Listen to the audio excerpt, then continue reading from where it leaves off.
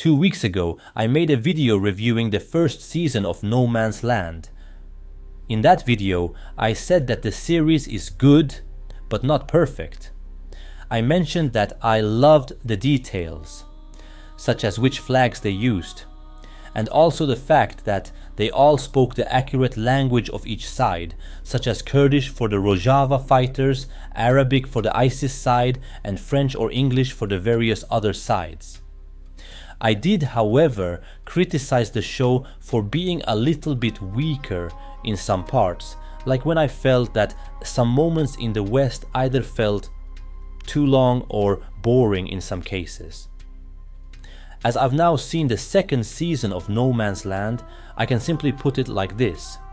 A huge thank you for an almost perfect second season. In this video, I will talk about everything great in Season 2, some smaller issues I picked up on, and finally, will we see a Season 3? And what would we like in a follow-up season for No Man's Land? Before we go on, this video contains smaller spoilers of the series, but I have made my strongest effort to avoid any major spoilers. With that said, don't forget to like the video, comment your opinion down below, and subscribe to the channel to make sure you don't miss any future videos.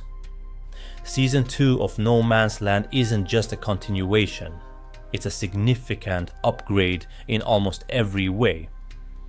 While Season 1 was still a strong introduction to the story, it sometimes struggled with pacing, especially in scenes set in the West, and certain storylines didn't feel as engaging.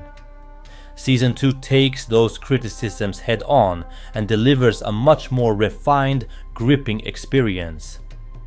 One of the most notable changes is the absence of Felix Moeti's character, Antoine. While Moati did a solid job in Season 1, shifting the focus away from Antoine and instead centering the story around Saria Dogan and Nasser Yassin was the perfect creative choice. Both characters already carried depth and complexity, and giving them more screen time allowed the emotional and moral layers of the story to shine. The season also benefits immensely from the introduction of 3 new, incredibly impactful characters. Ellie Gordon, played by Leo Hatton, Jake Al-Shami, played by Zed Joseph, and Nisreen, portrayed by Tasnim Cheham. Each of them brings fresh perspectives and narrative weight, adding tension, humanity, and new dimensions to the central conflict. Their arcs feel purposeful and they integrate seamlessly into the existing storyline while still standing out as memorable on their own. Another smart adjustment was in the balance of action and quieter moments. There are fewer war scenes this time, which some might see as a drawback, but it actually makes the action sequences that remain far more intense and meaningful. Every battle feels like it matters, and the reduced frequency gives the audience time to breathe and invest more deeply in the characters' journeys. In short, Season 2 corrects nearly every flaw from the first season while expanding the scope and emotional resonance of the series. It's tighter, more character-driven, and ultimately more powerful. A near-perfect follow-up that raises the bar for what a third season could deliver. Among all the new characters, Nisreen stood out as my absolute favorite. Her journey is extraordinary. From being sold to ISIS sympathizers, to living as a frightened young girl under Anna Haber's care, to finally becoming a fearless YPJ fighter. Despite her young age, she took part in decisive actions for the Kurds, showing bravery, resilience, and growth that few other characters matched. I would argue that Nisreen had the most profound character development in the entire season. Her arc is something that deserves to be handled with great care in a potential Season 3. She could easily evolve into a key YPJ fighter with a central role in the story going forward. Tasnim Cheham's performance brought incredible authenticity and emotion to Nisreen, a portrayal that will stick with viewers for a long time and one that has huge potential for the future of the series. Another important new addition was Ellie Gordon, played by Leo Hatton. She begins as a Texas schoolteacher whose life is upended after she recognizes a familiar, southern accented voice in an ISIS propaganda video. She becomes convinced it belongs to Jake Al-Shami, a former student with whom she once had an inappropriate relationship when he was in high school. Motivated by a complicated mix of guilt, concern, and lingering attachment, she reaches out to Jake via email, leading to tense video conversations.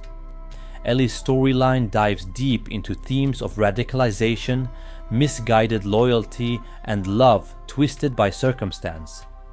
It also reflects many real-world cases where women were drawn toward ISIS volunteers, often manipulated by personal relationships or idealized visions. Ellie could be infuriating at times, especially with her tendency to sabotage the plans of the good guys. But that's precisely what made her such a compelling and realistic addition to the series. Over time, we watch her shift from a conflicted, scared woman into someone dangerously close to becoming a brainwashed ISIS sympathizer. A chilling and believable transformation. Of course, several returning characters also reach new heights in Season 2. Paul Wilkins, played by Dean Ridge, Nasser Yassin, played by James Floyd, and Saria Dogan, played by Suhaila Yaqub, all stepped up in significant ways. Saria in particular became my personal favorite reappearing character from the previous season. Her mentorship of Nisreen, her moments of vulnerability, her ability to fail and recover, and her ultimate bravery in high-stakes scenes made her arc deeply moving. Meanwhile, Paul and Nasser's friendship fractured dramatically. One grew increasingly radicalized, drifting into darker moral territory, while the other leaned toward his conscience, becoming a covert ally for the Kurds and foreign intelligence within the Islamic State. The diverging paths added a fascinating tension to the season. That said, no season is perfect, and I did have a few small criticisms. Details most viewers might overlook, but ones that stood out to me as both a series enthusiast and a Kurd for whom these depictions matter deeply.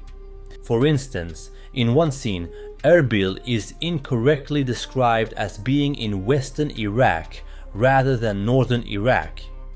Additionally, while Erbil appears in multiple episodes, it's portrayed almost entirely as an Arabic city. The background actors speak Arabic, wear Arabic clothing, and there's no visual sign of Kurdish culture. I understand the filming took place in Morocco, but for a show so often praised for its attention to detail, these cultural specifics matter. Seeing Kurdish clothing, hearing Kurdish spoken in the streets, especially given that Erbil is the de facto capital of the Kurdistan region, would have added authenticity. So will we get a Season 3? Nothing is confirmed yet, but the Season 2 finale certainly leaves the door wide open. Ellie appears to have risen to a leadership position within ISIS's female brigade, and then the screen cuts abruptly to black. A clear setup for future developments. If the show continues, I hope they keep this storyline realistic. ISIS never deployed women in frontline combat roles, except in the final, most desperate moments when the caliphate was falling. A few women in the Islamic State were part of the Al-Qansah Brigade, a female morality police unit operating in places like Raqqa and Mosul, enforcing dress codes, punishing moral crimes, and sometimes engaging in interrogations or torture, but not conventional battlefield fighting. Depicting Ellie in that historical context would preserve the realism and avoid undermining the unique, vital impact of YPG fighters in the war against ISIS. If Season 3 moves into the period where ISIS begins losing territory and the YPJ gains momentum, I hope Nisreen becomes a fully active YPJ member, Saria continues as the strong yet complex leader she is, and perhaps we even witness the liberation of Kobani. With several characters gone or having completed their arcs, new faces will be necessary. And I hope the writers introduce ones that bring real emotional weight and transformative journeys, much like Nisreen did this season. If the next season focuses on Kobani, incorporating arcs inspired by real-life heroes like Arin Mirkan and Vian Antar could make it unforgettable.